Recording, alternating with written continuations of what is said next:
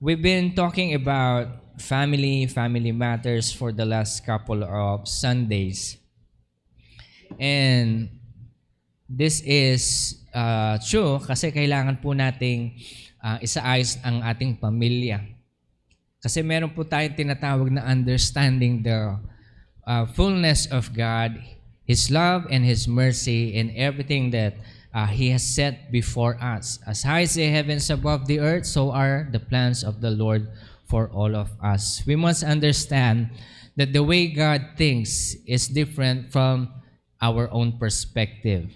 Our own perspective is only mababa, napakaliit, at wala tayong pagkakaintindi sa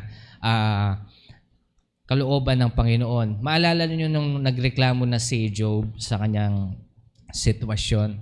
Sino ang gumawa ng mundo? Sino ang gumawa ng dagat? Etc. etc.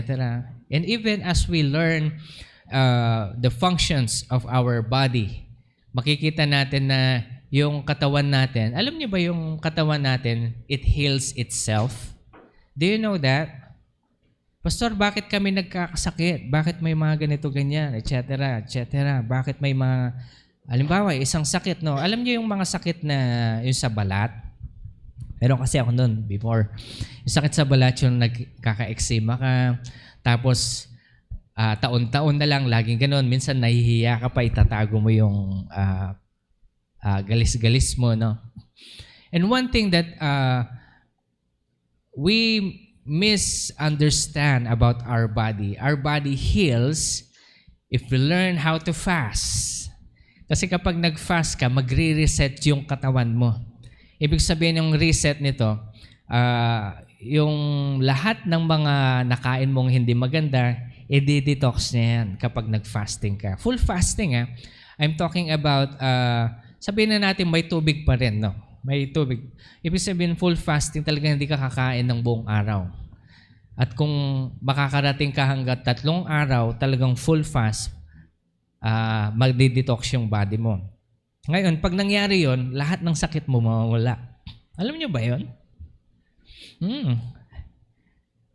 Kasi our body heals itself, but it needs to reset. Saka na natin siguro pag-aaralan yung science yan. For short, gumaling ako dahil doon, no? Ngayon, we must understand that God's knowledge is beyond our mind can comprehend. Hindi natin pwedeng sabihin na alam na natin lahat. No, we are but a child in God's sight. A speck of dust, ika nga. Para lang tayong maliit na alikabok sa kanyang creation. Just think about it, the creation of the Lord. Ang tagal na natin dito sa mundong ito, pero hindi pa natin na-discover kung ano yung nasa kailalim-laliman ng karagatan natin. Kasi walang makapunta doon. Even the highest technology na meron tayo ngayon. And because of all of these things, may mga creatures doon, how did they live? Kapag iisipin natin mabuti, hindi natin maintindihan kung paano sila nabuhay. But you know what? Sinabi din sa Bible, kung ang Panginoon nagpo-provide siya ng pagkain ng mga ibon, ano pa kaya sa atin? Di ba? His eyes are on the sparrow.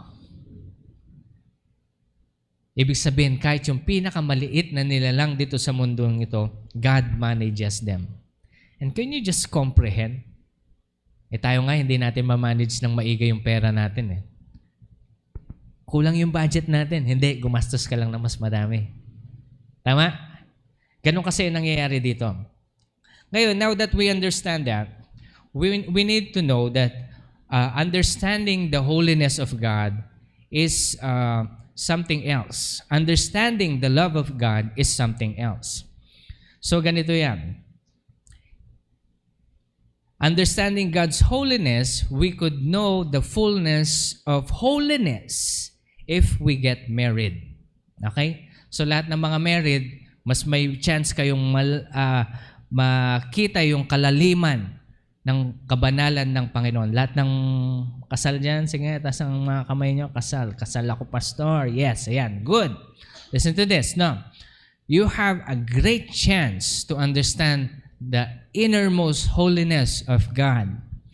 Pag-uusapan natin yan mamaya. No. Hindi natin maintindihan bakit, why do we need to go through all of these things? Kasi God is actually intending for us to fully understand Himself. Pinapakilala ng Panginoon ang Kanyang sarili sa pamamagitan ng mga kasalukuyang kaganapan sa ating buhay. Another thing, understanding God's love through building your own family. Lahat ng may family, magsabi ng Amen.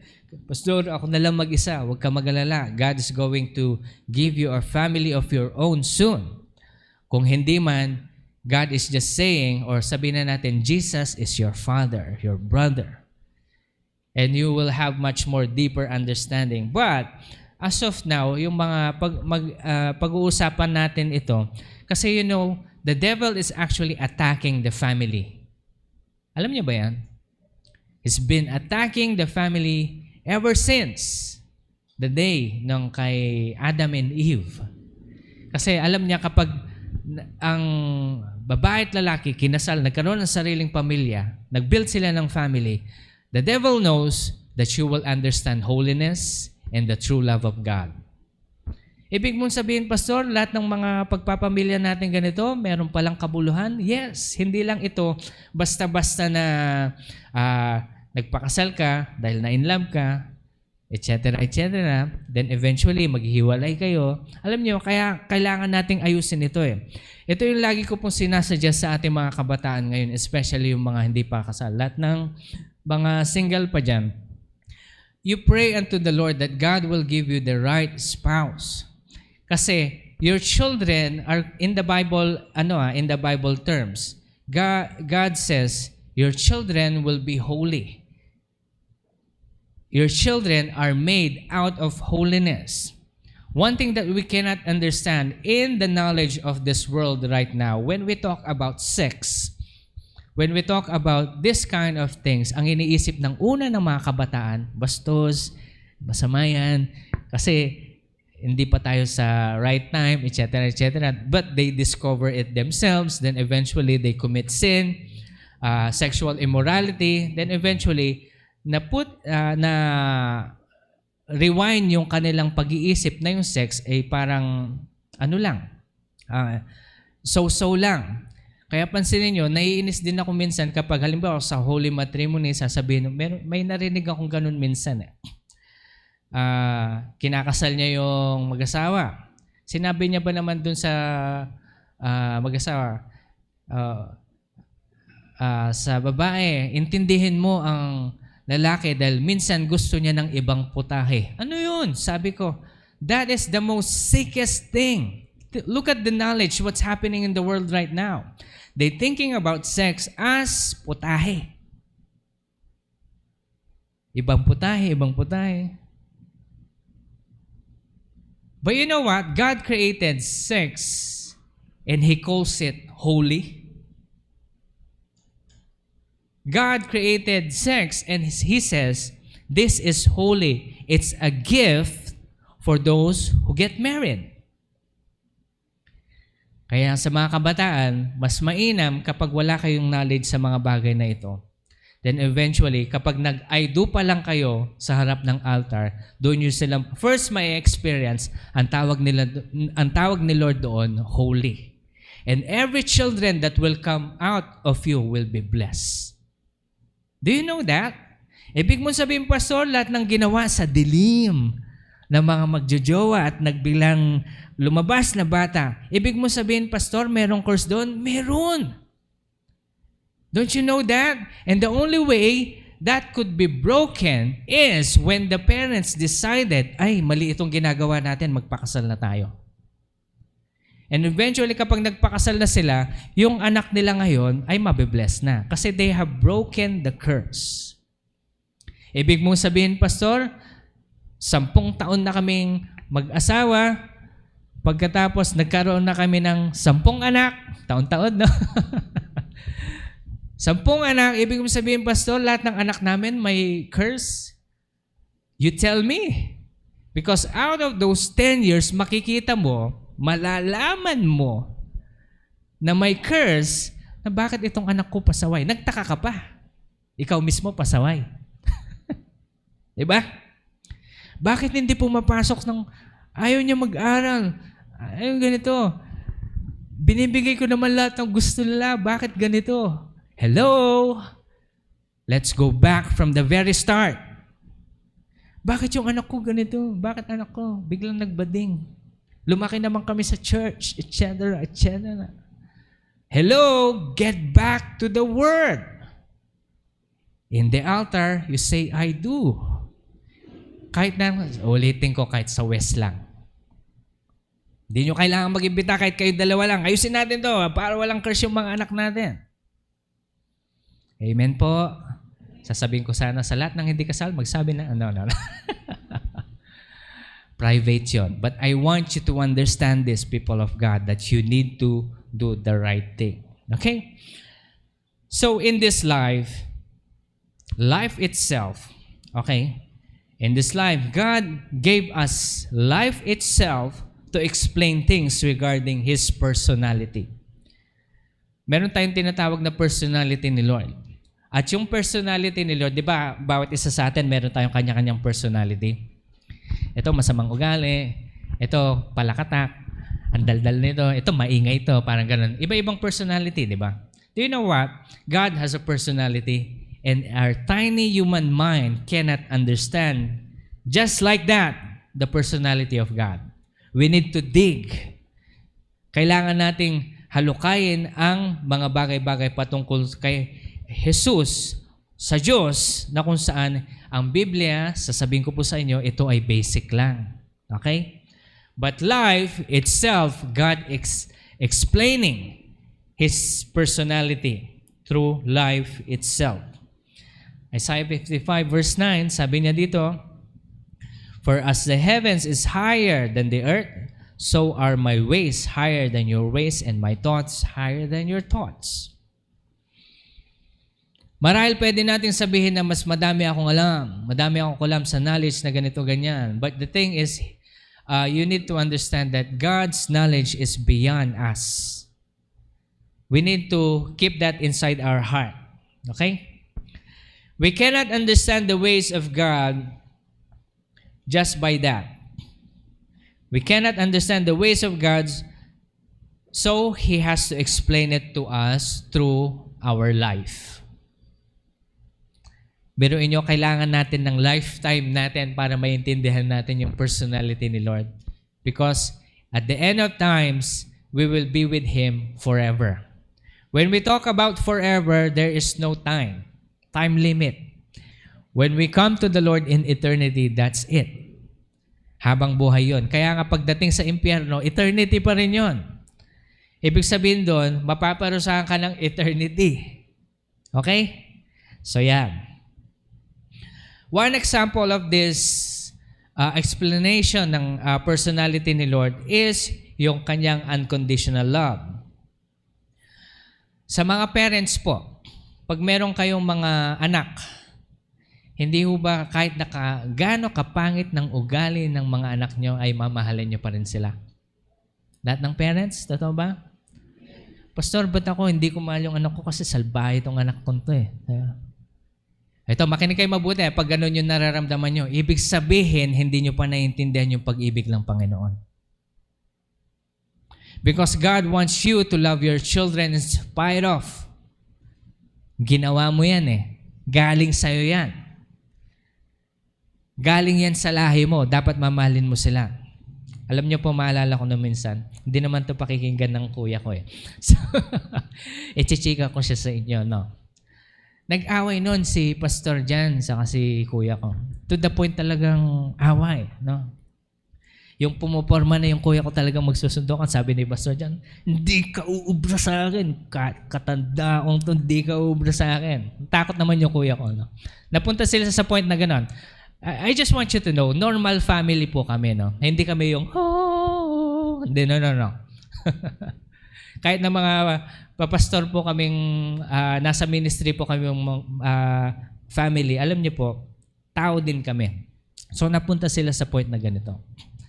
Ngayon, si Pong kasi, kuya ko, nagtatrabaho siya dito sa Clark. Lagi siyang hinahatid ni Papa.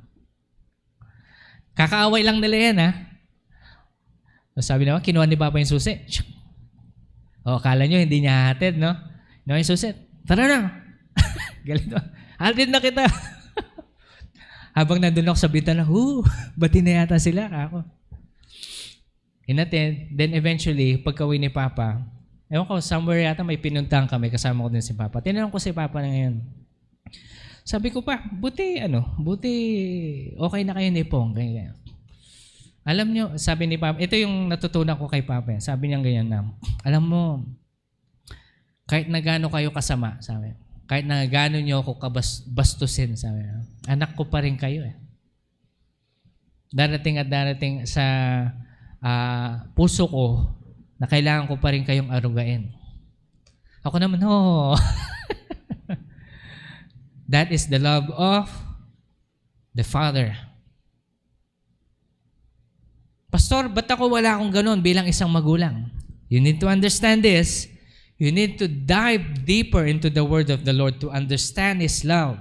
Because not unless you will give something like that to your children, hindi mo maintindihan yung pag-ibig ng Panginoon sa'yo. Kasi isipin natin, sarili natin, sa mga kasalanang nagawa natin, sa palagay nyo, kaya tayong mahalin ng Panginoon? Patawarin na lang basta-basta? Kasi Diyos siya, tayo, tao lang. Hindi, that's not the reason. You are made in the image of God. Ibig sabihin, we have the capacity to love the same way. But we need to understand His love through this life. Amen. We need to understand that. Kaya ito, mga magulang, kapag may mga pasaway kayong anak at hindi nyo na sila kayang mahalin kasi sa mga ginawa nila, hindi mo naintindihan, Pastor. Alam nyo po, meron pang isang story.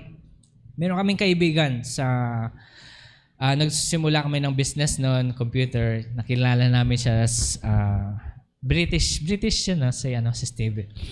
Galing siya mag-computer, tatrabaho siya sa Microsoft. Tinuruan niya kami ng lahat ng mga tech, etc. during the time, 2000. Kami naman, willing-willing kasi wow, galing! No? Nag-asawa siya ng Pinay. I'll make the long story short. Nag-asawa siya ng Pinay. Yung Pinay niya may jowang mahirap. Mahirap.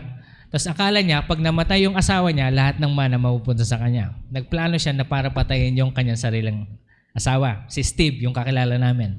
So, to make the long story short, nangyari nga, namatay. Pinatay. Nilaban ng nanay para makulong yung asawa na babae. Then eventually, nakulong nga. And you know what? Itong babaeng ito, nakulong na siya ngayon. Yung buong family niya, dinisown siya. Except for the father. The father visits her every day. Kamusta ka na? Ano nangyari sa'yo? Nakita niyo doon yung forgiveness, pero yung nanay hindi niya mapatawad. Kasi maayos na yung buhay mo, ginusto mo pa yung ganyan. Sabi ng mga kamag-anak niya, talagang galit na galit sa kanya. Hindi siya mapatawad. Siyempre, pinapatay niya ba naman yung sarili niyang asawa? Pero si tatay visits her sa presinto kasi, ewan ko, lifetime siya, no? Lifetime na. Lifetime. Lifetime yung kanyang pagkakulong. Binibisita siya ng kanyang ama. Sino ang natuto doon ng mas malalim na pagkakaintindi sa pag-ibig ng Diyos? Si tatay. Are you saying this? We need to understand that the love of the Lord is unconditional. We say that, Lord, forgive me. At pag pinatawad tayo ng Panginoon, alam natin na siya yung mapagmahal at patatawarin niya tayo. Pero ang sinabi din ng Panginoon, huwag mong hayaan na lumubog ang araw na ikaw ay galit sa inyong kapatid. O sabihin na natin, meron ka pa rin kagalit pag lumubog yung araw. Huwag mo pong hahayaan na lumubog ang araw tapos galit ka pa rin. Sabi ng Panginoon, magpatawad ka. Dahil kapag hindi ka marunong magpatawad, ikaw din ay hindi mapapatawad ng Diyos. Alam mo yun? Ganun yun eh. But you know what? God is gracious to all of us. Isang example lamang po yun. sa love ng Panginoon. The same God wants to also explain the unconditional life to all of us, to the entire human being in the life of Hosea. Kilala niyo po si Hosea? Sa Bible, kung sino man mas nakakaintindi ng totoong pag-ibig ng Diyos, ang nakakaintindi niyan si Hosea. Si Prophet Hosea. Ano bang nangyari?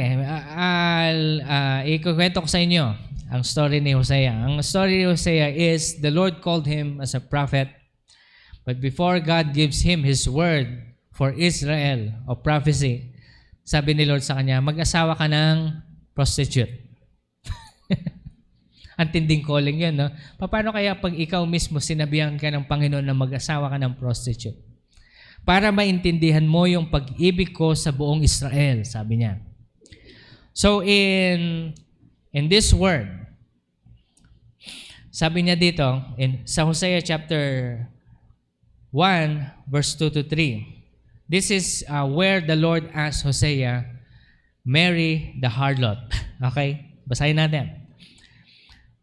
And the Lord first spoke through Hosea, and the Lord said, Hosea, go, take to yourself a wife of harlotry, and have children of harlotry. For the land commits flagrant harlotry, forsaking the Lord. Tingnan nyo, take a wife of harlotry. Harlot. Pag sinabi natin, basta sabihin na natin prostitute. Pagkasama ka ng prostitute, para magkaroon kayo ng mga anak na prostitute din. What's in the mind of the Lord? Bakit niya sinasabi ito kay Hosea? It's because the Lord wants Hosea to understand His love for Israel. Na kung saan yung bawat anak ni Hosea may katumbas na meaning. Meaning of tinatawag nating parusa, punishment, na kung saan sinabi ni Lord lahat ng mga, just an example. So ibig mo sabihin, Pastor, nagkaroon ng madaming anak si Hosea just to emphasize His love. Okay. So God want to emphasize His unconditional love for everyone. And even if we think of ourselves, kung iisipin natin yung bawat sarili natin ngayon, sasabihin natin na lahat tayo may flaws, di ba? Lahat tayo meron tayong issue. Lahat na may issue, magsabi ng, lahat tayo, puro issue, no? Meron pa tayong mga natitirang mga upuan dyan para sa may mga issue din. Kaya mag-imbita din kayo mga taong may issue dyan. Ang simbahan para sa may mga taong may issue. No? Kasama ako dyan, hindi po ako exempted. Because in this place, we will be able to understand the love of God through His grace to all of us. Isang example ito, no? Kailangan natin maintindihan. Loving the Lord is different from yung love ng spousal love lang o yung children to parents, vice versa, kamag-anak and friends. Alam nyo ba, sa Bible, ang sinasabi ng Bible regarding this word, yung agape love is the unconditional love, which is talking about the all kinds of love has been given at the cross of Calvary for all of us. So yung love na yun, kaya nga sinasabi sa Bible, Jesus is our Father, He is our brother, He is our friend, because He is the great I am. Pag sinabi natin, I am, whatever we needed Him to be, He is that to all of us. Kaya nga ito, imbis na ipagpapalit natin itong pag-ibig na to kaysa doon sa mga offerings ng mundo. Ito kasi yung mga nangyayari ngayon, no? Sa modern day challenges natin ngayon, everyone actually prioritize the worldly pursuit over relationship with God. Anong ibig sabihin ng worldly pursuit? Ito yung worldly pursuit, no? makinig kayo mabuti sa akin. Yung mas binibigyan mo ng importansya yung pagpaparami ng pera kaysa having a relationship with the Lord. Pero pastor, kailangan natin ng pera. Yes, but ang priority ng bawat isa sa atin kasi dapat having a relationship with God. We are not just but a religion, but we need to have a relationship with the Lord. Kasi pag sinabi nating born again tayo, we are renewed, it's not a religion, but rather a relationship with the Lord Jesus Christ. Ibig sabihin, relationship dyan, dapat lagi kayo nag-uusap, meron kang prayer time with Him. Pastor, hindi ko siya nakikita. Anong gagawin natin? Simulan mo dito. Sabi ko nga sa inyo, paulit-ulit ko sasabihin sa inyo, magbasa kayo ng magbasa ng Biblia, and eventually, sabihin ko sa inyo, maririnig niyo si Lord. I'm telling you, you will hear Him very clear. He speaks through visions, dreams, words of prophecy, and eventually, kapag palalim ka na ng palalim, talagang everyday, maririnig mo na lang ang Panginoon. Assuming you read the Word. Amen? Kapag hindi ka nagbabasa, Pastor, hindi ko marinig si Lord. Ulitin ko, magbasa ka ng Bible. Ulit-ulitin mo yan. Tapusin mo, Pastor, natapos ko na yung buong Bible. Basahin mo ulit. Because His Word is new every morning. Amen? Yan. I-priority natin yon. Kailangan natin ng pera, pero the love of money will bring us down. Okay? Kailangan natin ang mga bagay na ito, pero hanapin muna natin ang Panginoon. Mas magandang mabless po tayo na nanggaling sa Panginoon kaysa mabless tayo na nanggaling sa mundo. Ang lahat ng blessing na nanggagaling sa mundo, may panahon ng paniningil yan. Ibig sabihin, halimbawa, ikaw, nabuhay ka dito sa mundo, naging magaling kang businessman, bigla kang madaming pera kasi ang dami kang business. Hindi ko naman kinailangan ng tulong ng Diyos, pero meron ako nitong mga bagay na ito because of my hard work. Ang tawag doon, pursuit of worldly things. Because you prioritize these things kasi hindi mo naman ito madadala kapag dating mo sa langit. Tama?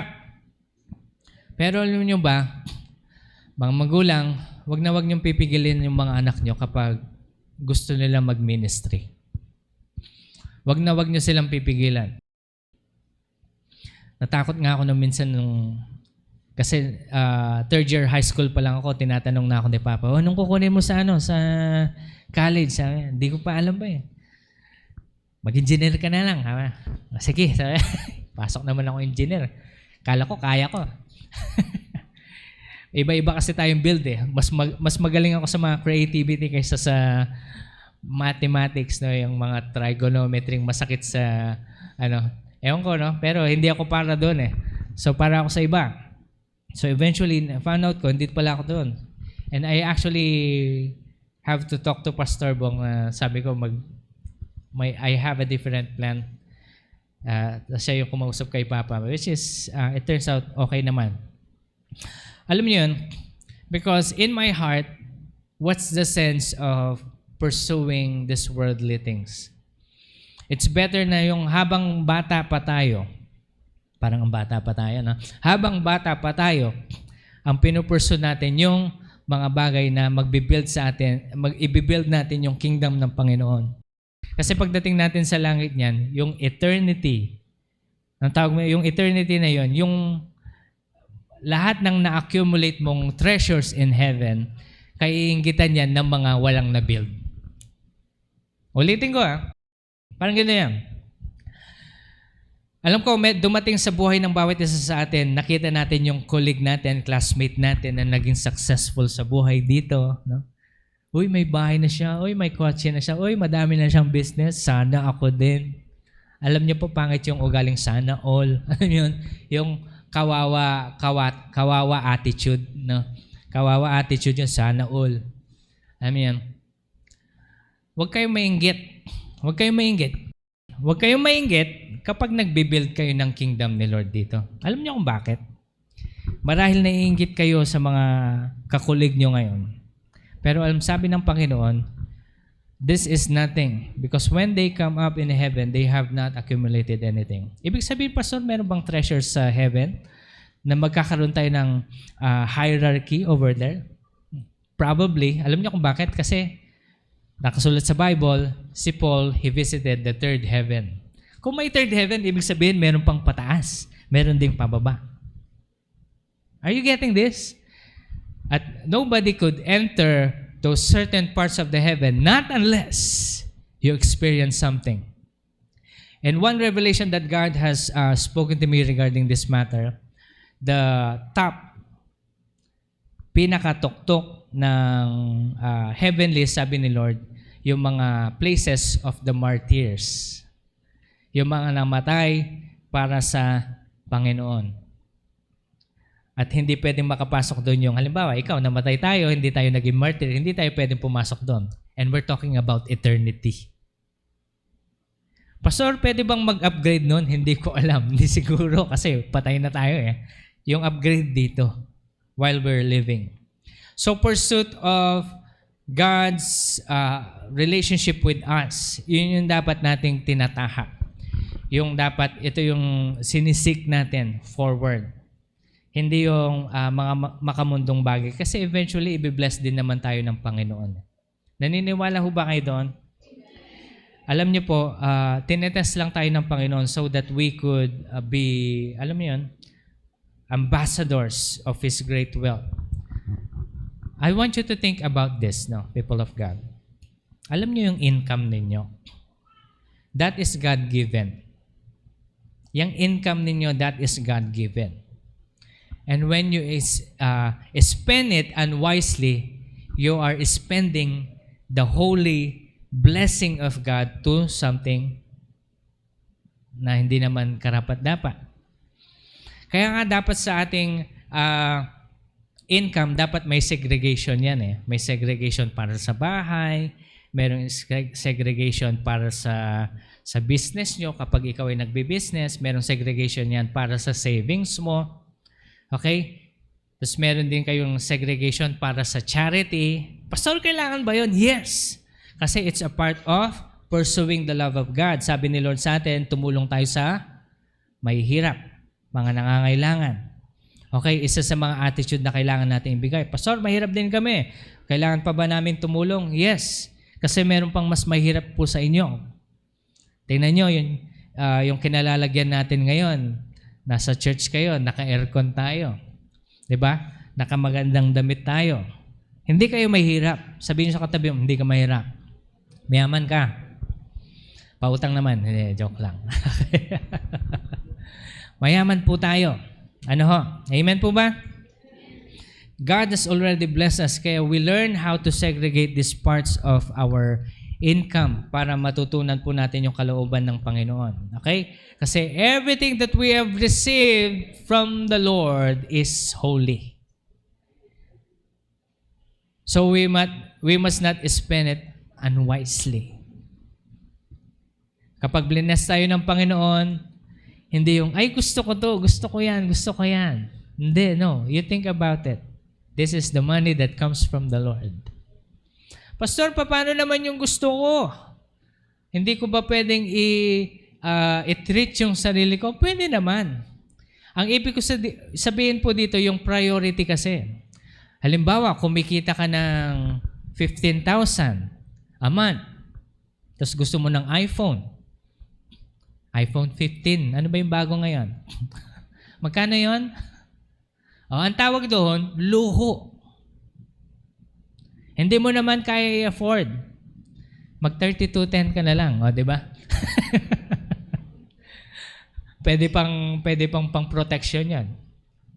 Igagano mo sa mga snatcher, may hilo pa sila. Are you getting my point? Ibig sabihin, we live in our means. Hindi tayo gagastos dahil, Pastor, pwede naman mag-loan o kaya yung hulugan. Babanat ka pa eh. Okay. Huwag ka nang babanat. Alam niyo po, pangit yun. Ito yung mga, sasabihin ko na sa inyo, no? Kapag hindi nyo kayang i-afford, huwag niyong bibilihin. Pastor, pwede namang hulugan. May kumikita naman. Anong ibig sabihin nung paghulugan kasi parang utang din yan eh. Pero nasa sa inyo, kung gusto nyong magdusa, kasi naghulugan din ako by force eh. Umalis si Ate May. Iniwan niya yung sasakyan. Sabi niya, Mac, ikaw na lang magtuloy. Ayoko nga. Sabi ko, di ko naman kailangan ng kotse. Sabi niya. Kinausap ako na Atila. Sabi niya, sige Mac, kunin na natin. Hulugan natin. Hati tayo para may sasakyan kayo dyan. Sabi niya. Ayoko na sasakyan. Gusto ko kasi bibili ako yung sa akin lang. Yung bili ko, pam, byan. Pero inyo, ilang taon yun? Ilang taon kong kinamot yung ulo ko. Hindi ko alam saan kukunin yung panghulog monthly. Di ba may monthly yun? May monthly yun. Kaya nga nung isang last year na lang. Tapos yung last month ng last year, bam! Fully paid! Yes! Ayan, masaya ka na, no? Para kang nabunutan ng tinik. Sabi ko sa sarili ko, after that, this will be the last. Hindi na ako bibili ng gamit na hindi ko kayang afford. Actually, hindi ko naman talaga gusto yun. Okay? Ano lang, nakiusap lang sila sa akin. Bait-bait ko kasi. Alam mo yun? Pero pag masama akong tao, hindi ko bahala kayo dyan. May hila yan. But you see, never spend kasi it's very unwise. Okay? Pursuit of worldly things and pursuit of God's relationship with you. Ang bala ko kasing bilihin is yung sasakyan na mataas. Ayoko ng kotse. Okay? Gusto ko yung mataas. Sino bang nasa right mind na bibili ng mababang sasakyan? Dito sa Angeles City. Nakatira ka pa sa Amsik. Sa New York pa lang, lubog ka na kapag umulan. Alam mo yung part sa New York, yung sapa doon. Kaya liliko ka sa Ohio. Hindi ko nga alam eh. Ang gusto ko sana bilhin yung medyo mataas, tapos yung madaming pwedeng isakay. No? Inuuto-uto pa nila ako nun. Okay yan, mas pogi sa'yo yan. Bagay na bagay yan. No? Ako naman nauto. Ayun, binili namin. Anyway, so tapos na. No? Ang ibig sabihin dito, i-pursue po natin yung pag-ibig natin sa Panginoon na mas malalim pa kaysa sa mga material na bagay. Kung ano may. Alam ko po, kailangan natin ang lahat ng ito. Pero sabi kasi ng Panginoon sa atin, pagpapalain niya tayo kapag handa na yung ating puso. Amen? Halimbawa, sa perang, paano mo malalaman na handa na ako, pastor? Sa perang nire-receive mo ngayon, ibinibigay mo ba sa Panginoon yung para sa Kanya? Tumutulong ka ba sa may hirap? Okay? Nakasegregate ba yan? Nang tama, kapag ikaw ang tatay, binibigyan mo ba ng budget ang asawa mo para sa pang-beautify niya? Amen, mga tatay? Hindi, pastor, kulang kasi nun. Pambili na lang namin ng bigas. O pag pumangit yung asawa mo, kasalanan mo. Kaya huwag ka maghanap ng iba. Okay? Amen po ba? Lagi talagang ini-emphasize ni pastor yan. Kailangan po kasi yun, it's needed. Ano ho? Kasi part yan, God has given you the woman to take care. Yan. Isa pa rin yun sa part ng pagpupursue ng kalooban ng Panginoon o yung relationship natin sa Kanya. Of course, kapag ang pursue natin is about the world, there are always consequences in our spiritual adultery. When we actually say, na Lord, my life is yours, binigay ko na sa inyo, Lord, it's no longer I that lives, but Christ lives in me. Magpakatotoo po tayo. Ang ibig sabihin dito, yung kalooban na ng Panginoon ang mangyayari sa ating buhay. Amen po ba? Kaya ikaw bilang isang Kristiyano, halimbawa single ka. Ngayon, ang hahanapin mo, yung kalooban ng Panginoon. Hindi ka maghahanap ng mukhang K-pop, tapos hindi namang Kristiyano. Tapos gusto mo yun yung mapang-asawa mo. Kasi, pogi kasi pastor. Ay ganyan. Wala namang poging Christian. Siya na lang. Kikristiyanin ko na lang siya. Okay? May mga ganong situation, no? And I've met so many people na ganon.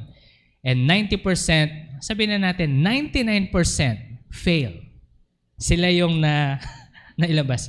Sa mga kaibigan kong gumawa nun, isa pa lang ang nagtagumpay, nakakilala ko.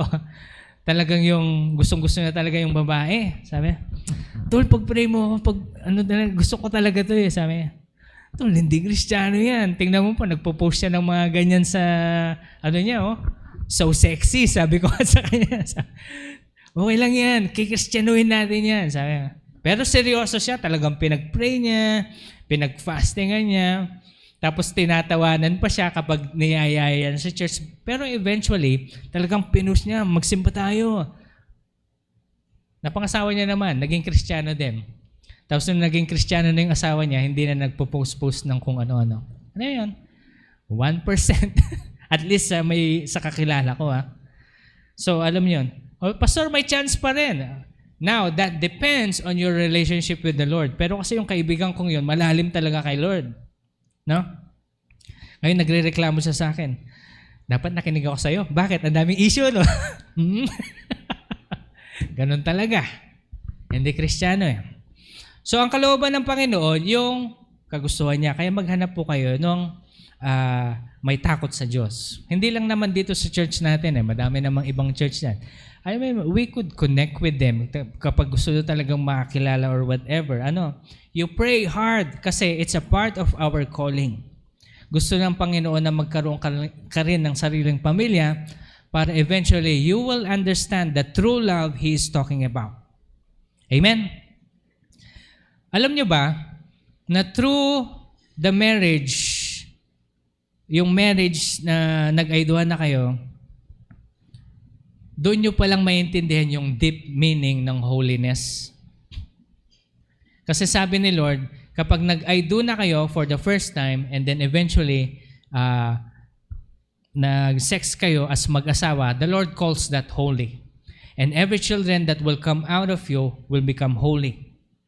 Ngayon, out of those children, you will see the holiness of God embracing your family. Andun yung protection, covering, and blessing. Doon po natin mas lalong maiintindihan yung kabanalan ng Panginoon. Yan. Kaya wag nating i-disregard yung part ng life natin sa situations as such. Pastor, paano niyan? Yung asawa ko po, hindi Kristiyano. Ano po yung pwede kong gawin? Ipanalangin niyo po. Pinasok niyo yan eh. Wag po kayong ma-offend. Pinasok nyo yan. Pastor, hindi ko naman kasi alam nun. Ano pa ako? I'm young and naive and stupid.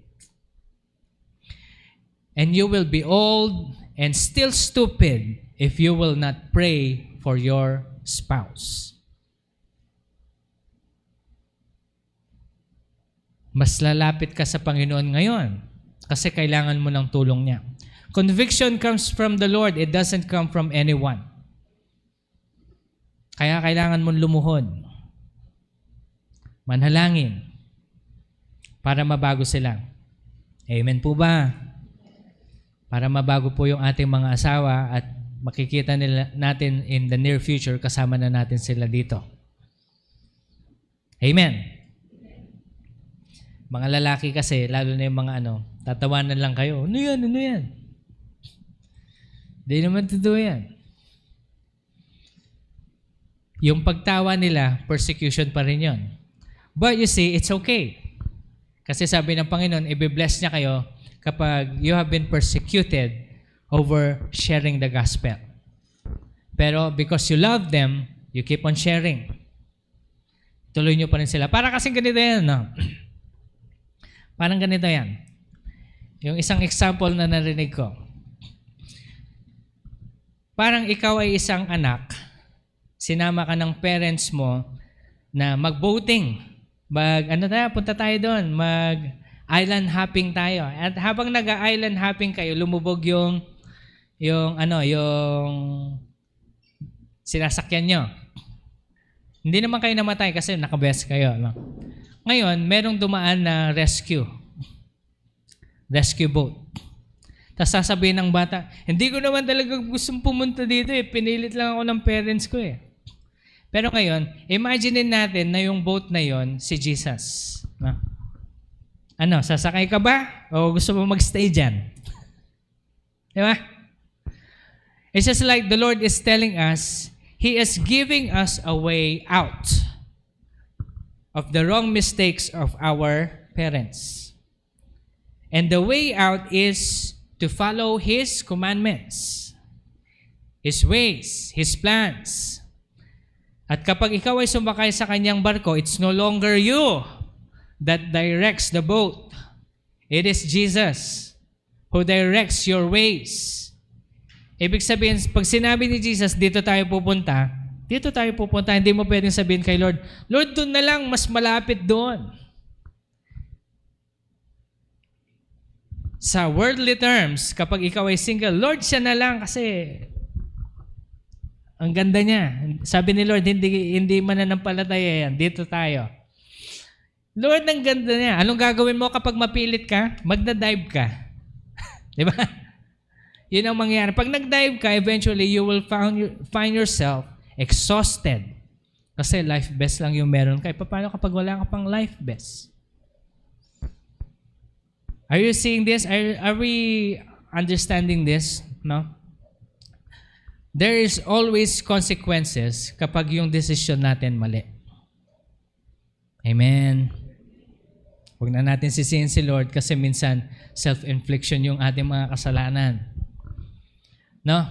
Lalo sa mga nag-asawa ng hindi Kristiyano. Pero naniniwala din ako na, tanungin ko po, yung may mga, sagutin nyo na lang ito sa isip nyo. Mga nag-asawa ng hindi Kristiyano. There is one time in your life that your parents tried to stop you. Pero in love ka. Tapos ngayon, nagsisisi ka. At sabi ng parents mo sa'yo ngayon, sabi ko sa'yo eh. Diba? Pero wala na, nandyan ka na eh. Hindi mo na sila pwedeng hiwalayan. Meron na kayong 10 anak.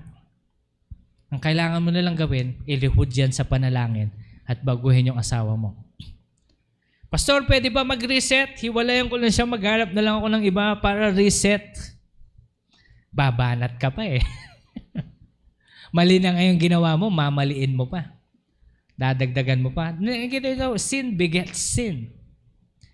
When you start something, you think it's another fine thing, but eventually you find yourself miserable because of the decision that you have made. Kaya kapag sinabi ng Panginoon, nililigtas na tayo dun sa barkong rescue boat, sakay na kayo. Ngayon sabi ni Lord, sakay ka na. And the Lord will direct you. This is why the Lord is actually calling us all to repentance. We must repent. God is changing us from glory to glory. Not everyone is perfect.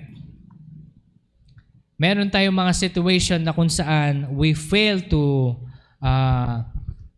do the will of the Lord kasi out of our curiosity, out of yung tawag ng laman, out of addiction, or whatever not.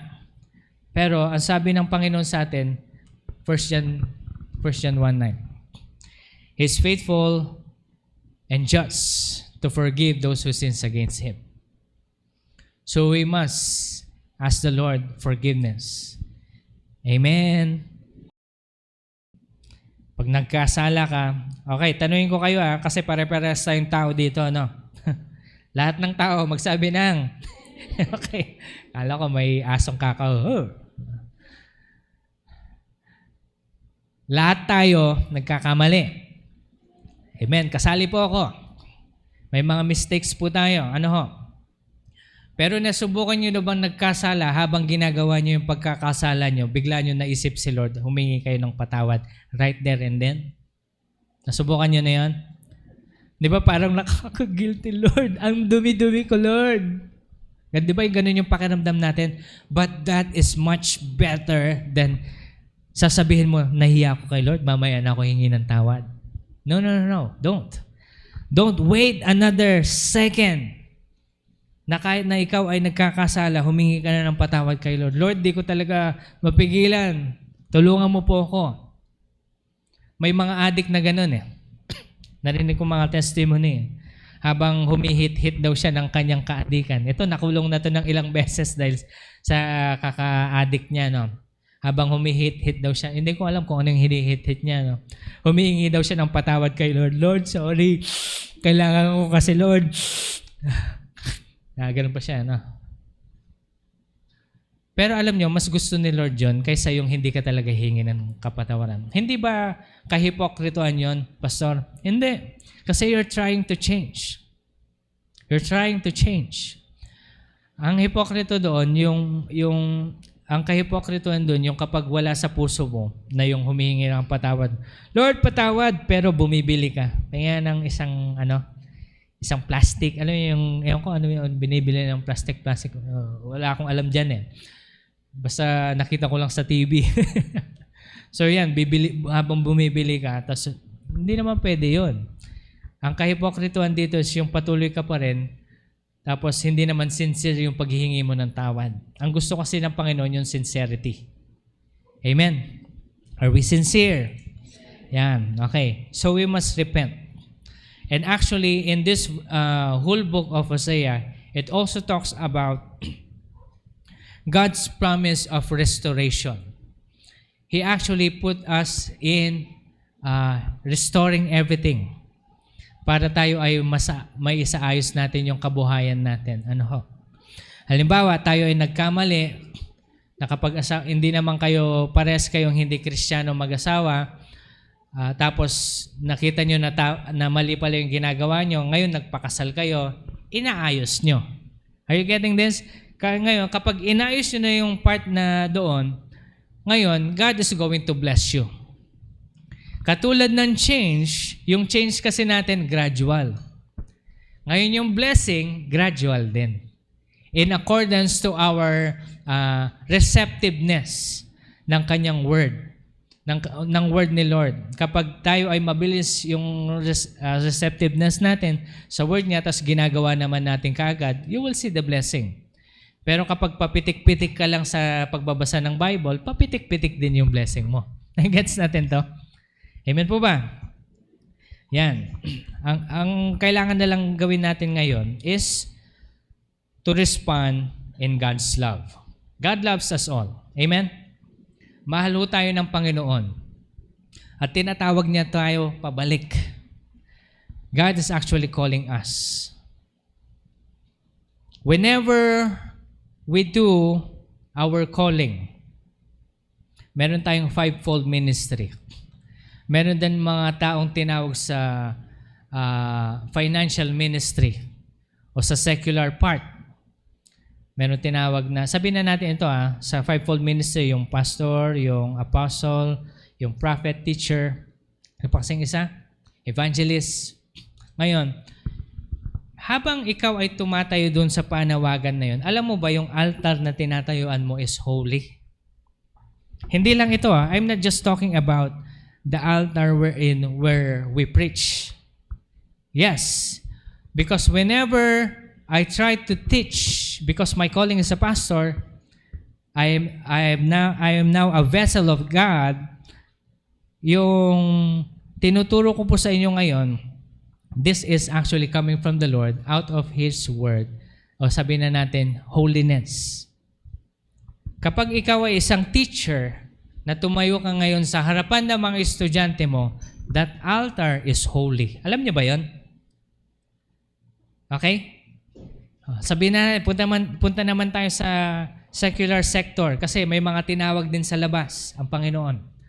Tinawag mag-business, tinawag maging employee, may ganon. Ngayon, alam mo bang habang ginagawa mo yung trabaho mo, your work is holy? Because you belong to the Lord, God has blessed you with that work, and everything that you do in that work is actually holy. Kaya,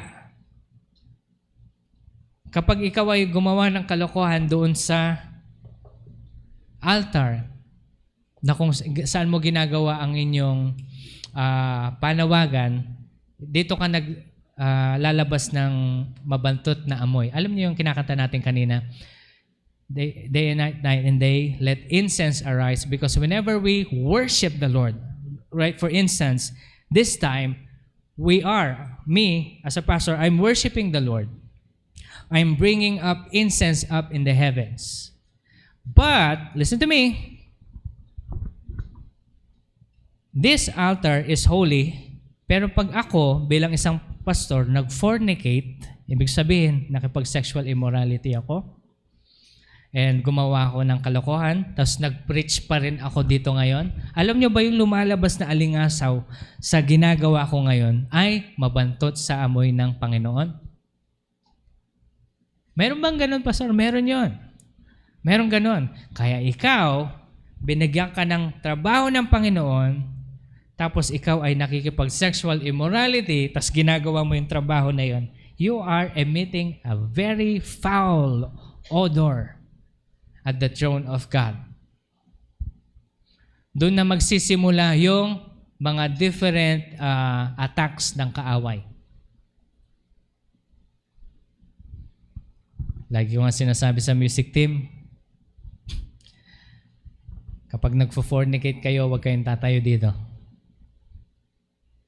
Because everything na ginagawa natin dito is for the Lord. Amen? Lagi kong sinasabi yan, hindi lamang po sa music team, but everyone in the ministry.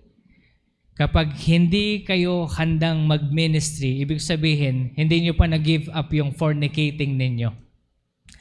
Huwag kayong mag-ministry. Ibig mo sabihin, Pastor, huwag akong magtatrabaho habang nagfo-fornicate ako. Ba't ka ba magfo-fornicate in the first place? Pastor, hindi ko kasi mapigilan eh. Gawa ng laman. Ika nga ng ibang mga kalalakihan. Anong gagawin natin doon? Ikaw ay ayusin mo yung buhay mo, pakasalan mo yung girlfriend mo. Yun yung tama. Pastor, hindi pa ako sigurado kung siya ba talaga. Ay, nako. Alam mo, gusto mong batukan yung mga ganito. Hindi ka pa sigurado, pero may nangyayari na sa inyo. Ano yun? Happy-happy lang? Hindi po pwede yun sa harap ng Panginoon. Sabi nga natin, tayo ay sumakay sa rescue boat ni Jesus. Si Jesus na ang nagdadirect ng ating boat. Ngayon, pag gusto mo pa rin yung sexual immorality mo, it's just like you're jumping out of the rescue boat. At ano yung nasa ilalim ng dagat? Mga pating. In our case, mga demonyo. Na ang plano nila is to steal, kill, and destroy. But if you ride the rescue boat of the Lord Jesus Christ, His plans for you is to bless you. And bless you more abundantly. Amen.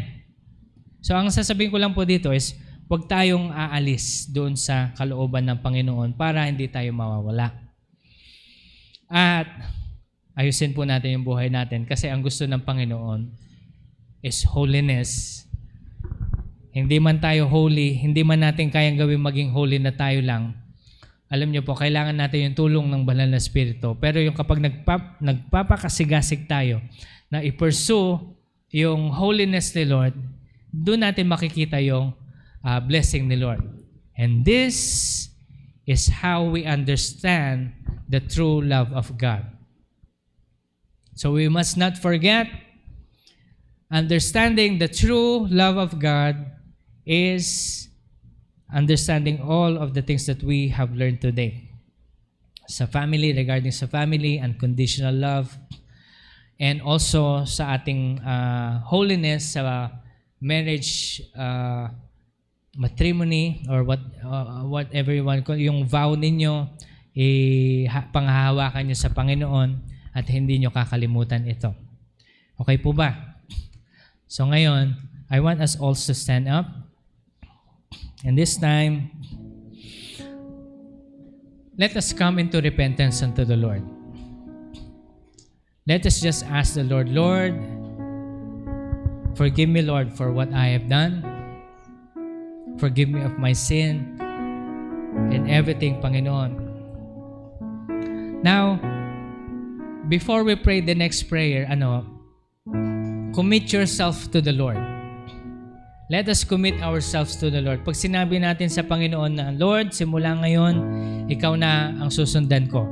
Sasakay na ako sa bangka mo, Panginoon, para ma-rescue ako. And sasabihin sa iyo ng Panginoon, ako na ang magdadirect ng buhay mo.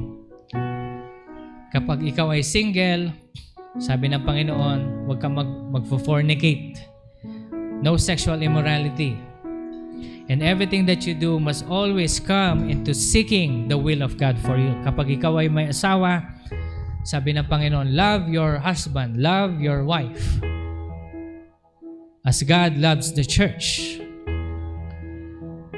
Kapag may hindi ka namang Kristiyanong asawa, ikaw ay wala pa rin sa kalooban ng Panginoon, ngayon ang gagawin mo, ipapanalangin mo ang iyong asawa. Simulan mo ngayon. Manalangin po tayo. Ano ho? Panginoon, it is you who lives. It's no longer me, O Lord. Kaya Lord, let your will be done upon me. I surrender, Lord, my life. Sinusurrender ko po sa inyo, Panginoon, ang asawa ko. Sabihin niyo yung mga hindi Kristiyanong asawa, Lord, binibigay ko po sa inyo. Itong araw nito, Panginoon, ay simula na ng panalangin ko at aaraw-arawin ko. Idudulong sa inyo, Panginoon. At balang araw, magiging Kristiyano din ang asawa ko. In Jesus' name, Lord. Sa mga mag-asawa naman, ipanalangin niyo ito. Panginoon, pagpalain niyo po kami. Na sa tuwing kami, Panginoon, ay magsasama ng aking asawa, hayaan niyo pong maintindihan namin ang inyong kabanalan, Lord. Na naway sa aming relationship ay palalim ng palalim kahit na kami tumatanda. Hindi po kami nagiging parang magkapatid lamang, kundi mas lumalalim pa ang pag-ibig namin sa isa't isa dahil ikaw ang nasa kalagitnaan namin. In Jesus' name, O Lord. Sa lahat naman ng mga single, Lord, we pray, O God, protect me, protect my chastity, Panginoon, until I say I do. Father, forgive me of my sin. Patawarin mo po ako, Panginoon, at naway sa mga susunod na araw, hindi na ako malalaglag sa mga kasalanan ganito kasi gusto ko nang sumakay sa inyong rescue boat, O Lord, para hindi po ako malihis ng daan at ako ay mapahamak sa aking ginagawa. Kaya Lord, sinusurrender ko na ito sa inyong harapan. Ikaw po ang bahala sa aking buhay. Lord, we just want to thank you, Lord, for this morning, for blessing us. We pray, Lord God, ikaw na lang po ang mag-iingat sa amin lahat. And as we surrender our life back to you, Holy Spirit, we pray, guide us, Lord, and lead us into your ways. This all we ask. In Jesus' name we pray. Amen and amen. God bless you all po. Magandang umaga po sa bawat isa.